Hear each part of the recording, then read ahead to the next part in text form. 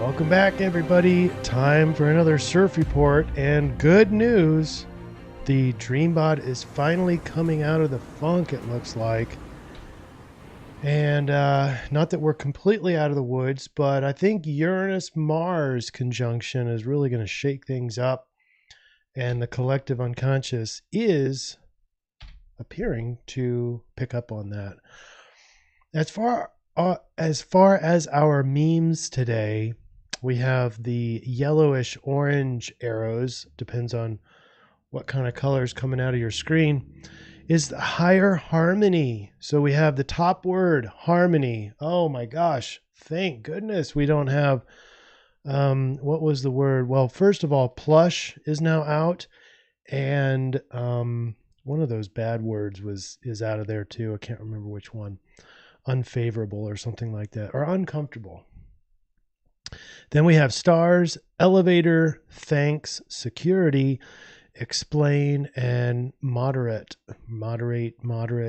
It's much more livable. Okay, the negativity is now down below, which is good, and there's very few words here. So, and deep doesn't necessarily mean negative. It just goes with the flow. So deep, low, false, poor. That's all we have left. So it is switching. And then what's interesting is the blue arrows are all about time. So today, Saturday, January, Thursday, February, and predictive. Predictive is all about time, future. What's weird is that January happens to be higher than February. That is really strange, really unusual. And it's got me thinking, I don't know. So let's go to the astrology. This is tomorrow, the 13th. This would be Wednesday. And the biggest news across the sky is Mars and Uranus conjunction.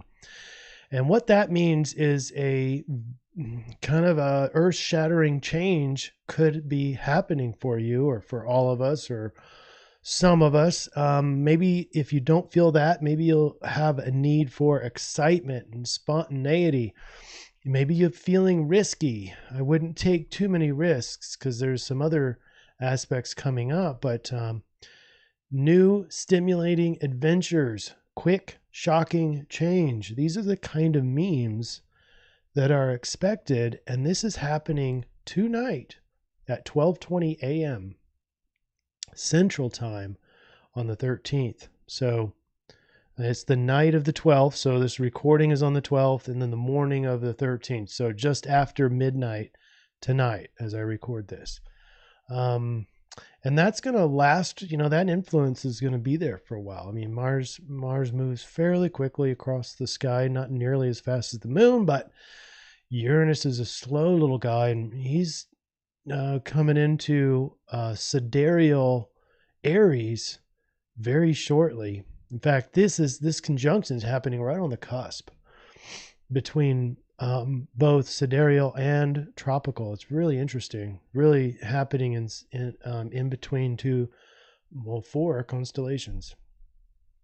All right, and then later in the day, the square at 2:32 p.m. between Moon and Mercury.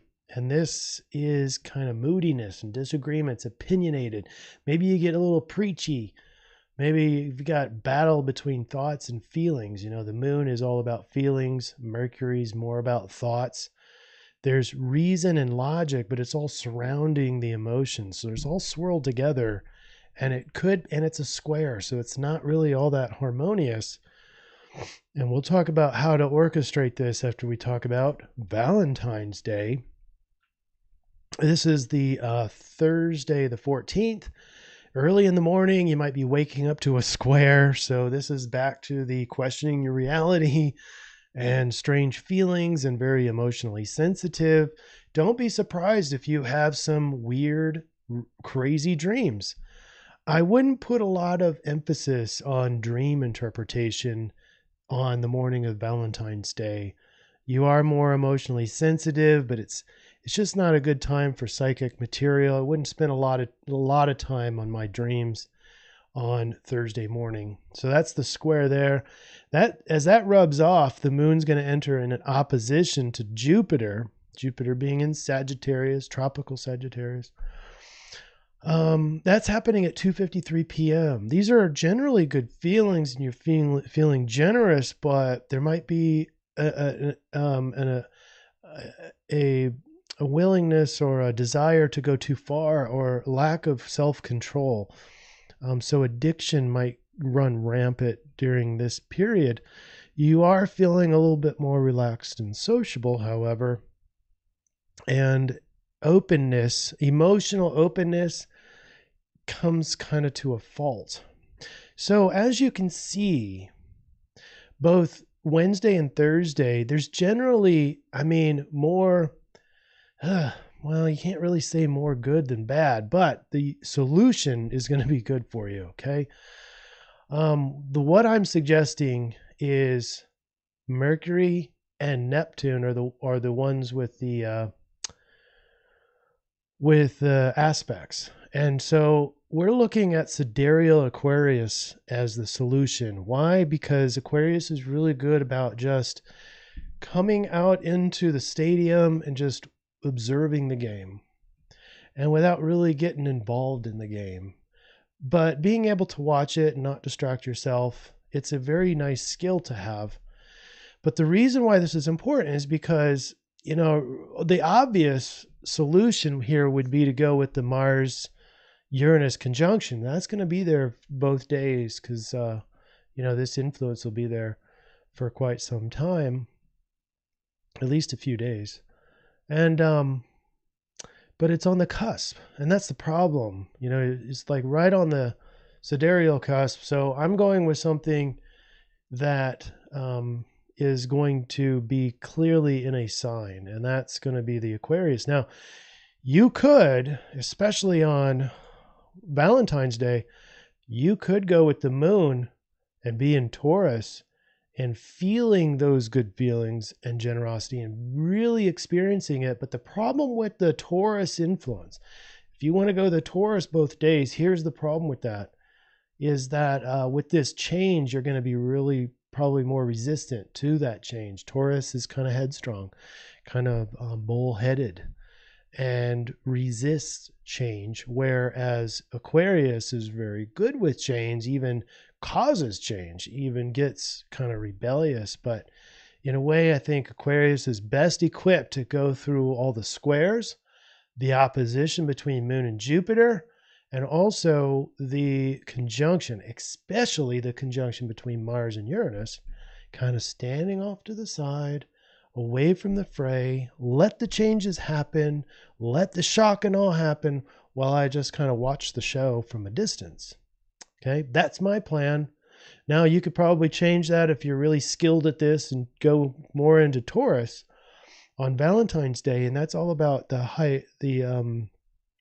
getting in the higher life, the feeling life more intently, the better side of life. But it's you gotta minimize the risks, which is getting headstrong and not allowing things to change, not allowing change to happen.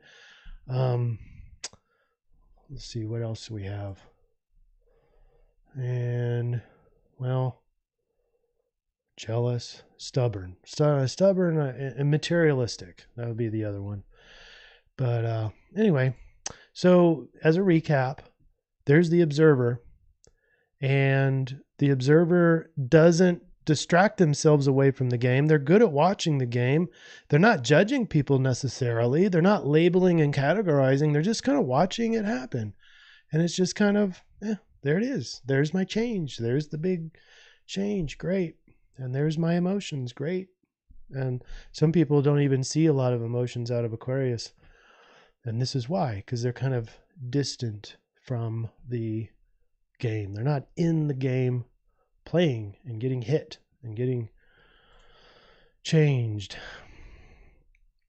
So this is going to be on intervention, which is become the unattached observer, but don't resist the change that needs to come forth.